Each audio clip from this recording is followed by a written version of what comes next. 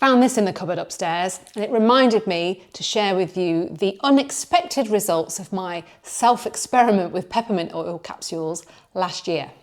I saw a patient in surgery. She'd been in for a hysterectomy and she was in fairly soon after discharge to sort out some medication issues.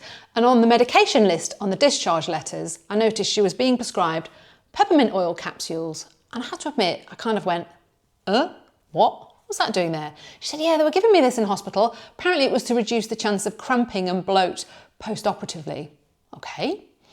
Now, this has existed in irritable bowel prescribing for some time, but soon became out of favour and we weren't meant to prescribe it due to a lack of evidence. So, thanks to the genius that is AI, reducing cumbersome Google searches now down to a minimum, had a quick look, and there is a plausible mechanism by all means, and I wouldn't say compelling evidence, but, there is a little bit out there.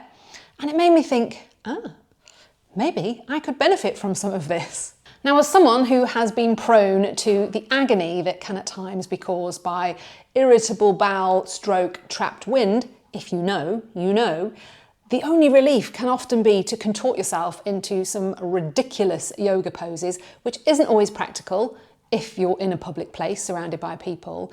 And my thinking was that perhaps my saviour existed all along and I just hadn't joined the dots. Well, the short answer for me was it hasn't been the saviour because 1, I don't really have any pattern to when this happens to me, and 2, I never remembered to take it regularly enough in order to see a difference. But what I did notice, which I wanted to share, is that about 40 minutes after taking one of these bad boys, you do get an overwhelming taste of mint, which is not unpleasant. And if you're trying to minimise your snacking, this can really help in the same way that brushing your teeth can sometimes, if you've got access to a toothbrush and toothpaste.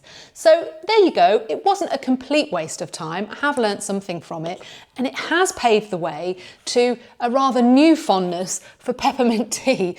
I went for this brand first. God knows why. It's the most expensive. I think I just like the packaging. And I have to say, it's rather delicious. I'm not paid to say this by any means, but I will happily accept a free supply of Teapig's peppermint tea because it's lovely. But I'm sure Aldi's is probably just as nice. I haven't tried it.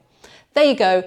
Sometimes things don't work as expected, but you find an unintended benefit that you never knew existed. Snack stopper.